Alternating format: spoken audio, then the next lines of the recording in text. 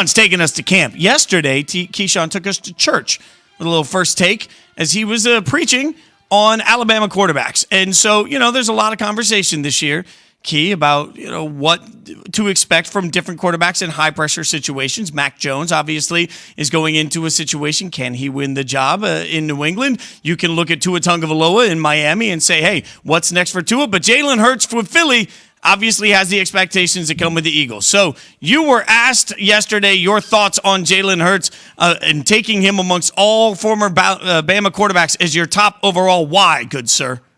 Well, I think when you look at Jalen Hurts, his style of play transitions to the NFL's today's quarterbacks. When you talk about when off-schedule plays can happen, he's able to deliver them, whether it's running the ball, getting outside the pocket, and he also has a strong arm. Obviously, he needs to get better, more accurate at doing things, but that's going to come with time. He's also a natural leader. You think about some of the things that went on with him at Alabama. He doesn't start the opening day game in college football against USC. He comes in, he rallies from behind, they win that football game. Then he loses his job to Tua Tagovailoa, who's now at the Miami Dolphins. He says, okay, no problem. I'll stick around. I won't transfer a pout. That's leadership. He then leaves, goes to Oklahoma, has Oklahoma right in the thick of things for the the National Championship, Final Four. He takes care of business there.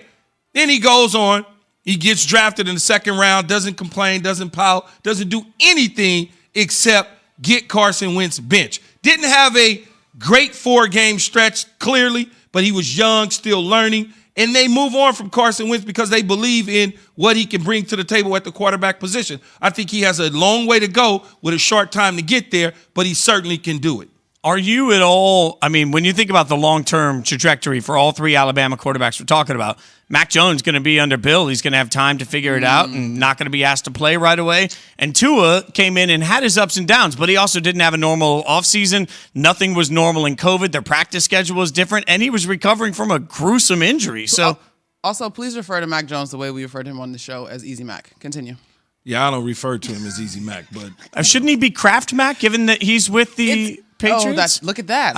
And Kraft Mac and cheese is a delight. Mac Jones, good stuff. Mac Jones will have whatever career in the NFL. Oh, wow. I don't know. I don't know if he'll be a star, a non-star, whatever. But what I do know is he won't be on the field this year.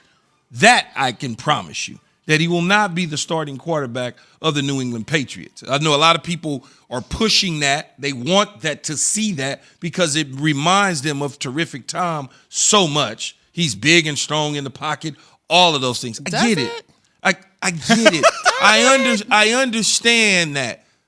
But this dude that's the starting quarterback, according to the head coach and Bill Belichick, went out there and assembled a nice nucleus of players to surround Cam Newton with so that they can get back to where they've been before, which is making deep playoff runs this year. Beyond this year, I don't know what the future holds for Mac Jones or Cam Newton. I know this year, though, this is Cam Newton's team, and it's all about Cam Newton. As far as Tua goes,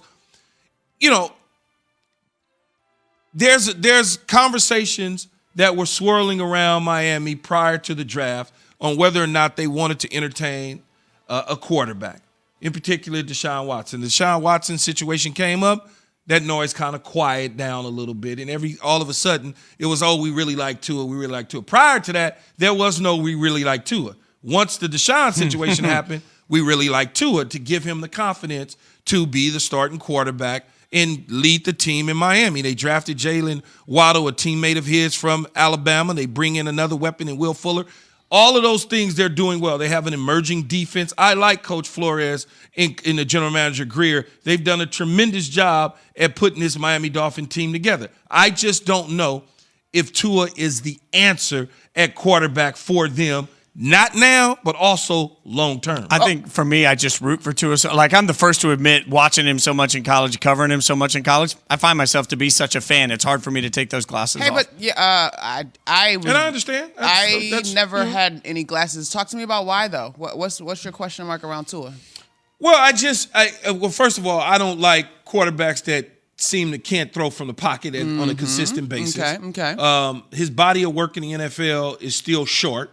That's one of the reasons that they, wanted a better quarterback. Whenever a team decides that they're sniffing around to upgrade a position is because they're not satisfied at what they already have based on what they've seen. He was benched, I believe, 3 to 4 times last year during a course of a game when they should have been winning the game. They decided to put him down because, it just wasn't working out. And everybody says, well, he didn't get an offseason. He didn't. I mean, is that a real factor in your mind? Didn't get an offseason? I don't buy into that, man. The offseason, everybody is rotating. You're not even getting real reps. Those reps, even for a rookie, those reps to me. Now, other people may argue against that. They're not meaningful. You're on the field for an hour and a half, and you're stretching and you're throwing the ball around, and that's pretty much it. And you're watching some film. It's not what you think. People think in off season, like, oh my God, think about it. From May to June, you're doing a little bit of work. Then you're off. You're gone for 6 weeks. Then you come back in training camp, and that's when things start to pick up. Training camp, preseason, and into the season. But training camp was so weird with COVID. And then, like, Monica, I wonder just, like, the transition when you're becoming a pro, right? I think your growth comes by the time your growth comes midway through your rookie season. That's when you start to see, okay, so if a rookie doesn't hit immediately, you give him time to start to show.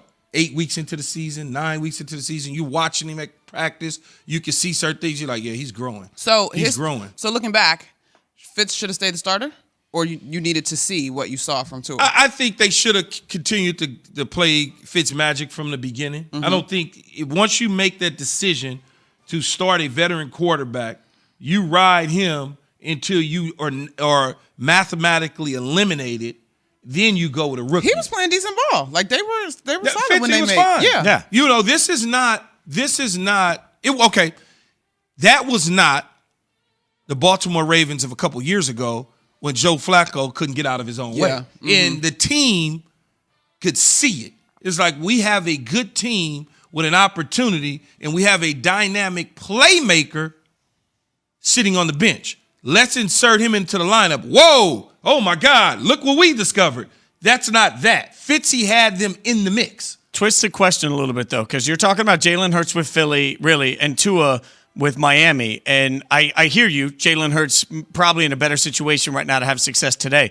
Which team's going to be better? Miami is in a better situation because they have the better team. Right. So Miami's going to have the better year, But nobody's trying to replace Jalen Hurts. Also, they're trying to replace Tua. Whether they want to say it or not, the fact that you were sniffing around Deshaun Watson tells me you were trying to replace. Please give me the sniff soundbite again one more time. Okay, please somebody cut that off. That's excellent. I need that in my life. What do we know about this Philly coach? You know him? Because I don't know much about him. He was a quarterback coach at the Indianapolis Colts. A lot of people praise him and think that he is going to be a good coach in the NFL. Some people don't like his press conferences. I don't really care about a press conference. That's just, the media, so to speak. But I think Sirianni. I just think that you make a good point. Jalen Hurts will be good. The Jalen thing is interesting just because you're right. You got to be able to move around, but you got to be able to move around too, man. If you're less than a year in and you're sniffing around on your quarterback, I think that should make everybody a little uncomfortable. Do me a favor for a second, though, outside of Tom Brady. Think about all the good quarterbacks in the National Football League. What do they have in common? The ability to throw the ball. The ability to move. The ability to move. Get out of the damn way when them dudes is coming around that edge to hit you in the back of your head. Let's go all the way back then here, because I personally was like, I just don't get it. A hip injury and mobility is a big deal. Like, would you have not taken Tua in the first place? Me personally, I didn't have him as my number one quarterback on the board. I had Justin Herbert on the board, who the Chargers took as my number one guy. I followed him as much as I didn't have Joe Burrow as the number one. Yeah. You didn't have Burrow as number one? No, I don't care about statistics and winning a national title. I don't care about statistics I care about either, what I saw with my eyes. I saw Justin Herbert throwing the football to a couple guys that were not going to the NFL at all. I saw poise. I saw all those things, and I saw him 3 times in person his senior year and twice his junior year in person. And I said, okay, that there to me is an NFL quarterback. The only reason I'm shocked is because honestly, I saw Burrow a bunch of times in person with college football that year, and the guys that played were all standing in amazement with him. So I just, that's the only reason I push back to that to the Burrow part of it, is because not even from my eye, but from guys that played when we were standing on the sidelines at the SEC championship game or at the national championship game, it was, my God, athletic and accurate.